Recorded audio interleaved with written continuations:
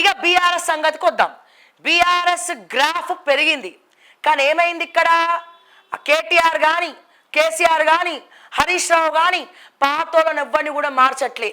ఇంకా గదే జీవన్ రెడ్డిని కేసీఆర్ పక్కన పెట్టుకుండు. ఇప్పటికీ కూడా కేసీఆర్ అపాయింట్మెంట్లు కావాలంటే అప్పుడేమో జోగులపల్లి సంతోష్ అడ్డుకున్నాడు, ఇప్పుడేమో జీవన్ రెడ్డి అడ్డుకుంటున్నాడు. Point number 1. ఇక కేటీఆర్ అపాయింట్మెంట్లు అసలే దొరకలేవు. వీళ్ళు మారరు. వీళ్ళ గ్రాఫులు జాకీలు పెట్టి లేపినా సత్యం. ఇక కరెంటు పోయింది చూసినావా? సత్యం, కరెంటు పోయింది. ఇక తదాసు దేవతలు ఉంటారు. వీళ్ళ గ్రాఫులు పెరిగినా వీళ్ళ తీరు మారదు. ప్రజల్లోకి రారు, వీళ్ళ తీరు మారదు. కొత్త అధ్యక్షులని పెట్టమంటే పెట్టరు, ఇన్ఛార్జీలను మార్చమంటే మార్చరు. ఓడిపోయిన ఎమ్మెల్యేలనే పక్కన పెట్టుకొని మైకులు ఇచ్చి తిరగండి రాబోయి అంటాడు. ఇప్పుడు ఒక బల్కా సుమన్ వద్దా అనుకొని బల్కా సుమన్ని ఓడించిర్రు. మళ్ళీ బల్కా సుమన్ నియోజకవర్గం ఇన్ఛార్జ్గా ఉంటాడు, అక్కడక్కడ తిరుగుతాడు.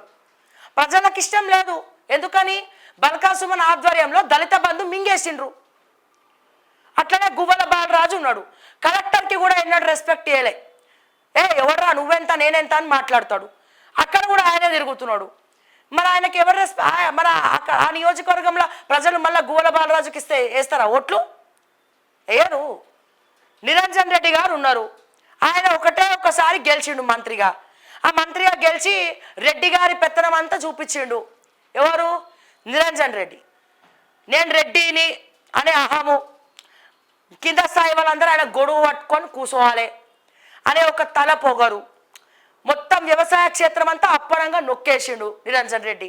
అటువంటి వాడికి మళ్ళా ఓట్లు వేస్తారా? వేయరు. ఇది కేటీఆర్కి వేస్తున్న ప్రశ్న, నేను డైరెక్ట్గా హరీష్ రావుకి వేస్తున్నటువంటి ప్రశ్న ఇది. రసమై బాలకిషన్ ఉన్నాడు, గెలుస్తాడా నెక్స్ట్ టైం? కళాకారుడుగా చాలా మంచి అవగాహన ఉన్నటువంటి వ్యక్తి రసమై బాలకిషన్. వీళ్ళందరూ నియోజకవర్గాలలో పని చేయలే, అందుకే ప్రజలు ఓడగొట్టిరు. జీవన్ రెడ్డి అయితే ఏకంగా హత్య రాజకీయాలే చేసిండు. శంకర్ నాయక్ ఉన్నాడు.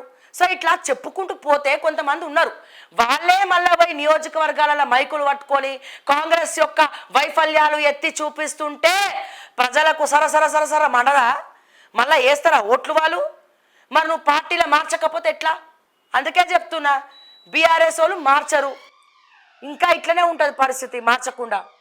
ఇటువంటి పరిస్థితిలో బీఆర్ఎస్ స్టాండ్ ఉండి కొత్త వాళ్ళకి పార్టీని అప్పచెప్పమంటే, కొత్త వాళ్ళు అట్లీస్ట్ ఎక్కడెక్కడైతే అవినీతి ఎమ్మెల్యేలు ఉన్నారో వాళ్ళ ప్లేస్లలో కొత్త ఇన్ఛార్జీలు తెమ్మంటే బీఆర్ఎస్ వాళ్ళు తేరు. ఇక ఎట్లా ముందరికి వెళ్తుంది బీఆర్ఎస్? ఇక ఏ పార్టీకి ఆ పార్టీ కార్యకర్తలనే మీరు మోసం చేస్తున్నారు. ఇక ప్రజల్ని ఏం పట్టించుకుంటారు? బీజేపీ కానీ, కాంగ్రెస్ కానీ, బీఆర్ఎస్ కానీ. ఒకటికి 100 సార్లు ఆలోచించండి. ప్రజలు రెడీగా ఉన్నారు, కానీ మారాల్సింది బీజేపీ క్యాడర్, బీఆర్ఎస్లో ఉన్నటువంటి క్యాడర్ మారాలి, బీఆర్ఎస్లో ఉన్నటువంటి అవినీతి మారాలి, బీఆర్ఎస్లో ఉన్నటువంటి పాతోళ్ళు పోయి కొత్తోళ్ళు రావాలి. అది రావాలంటే ఏం చేయాలనేది ఇక మీరు ఆలోచించాలి. ఇంకా గదే చేసుకుంటూ పోతామంటే ఎవ్వడు వినడు మాట.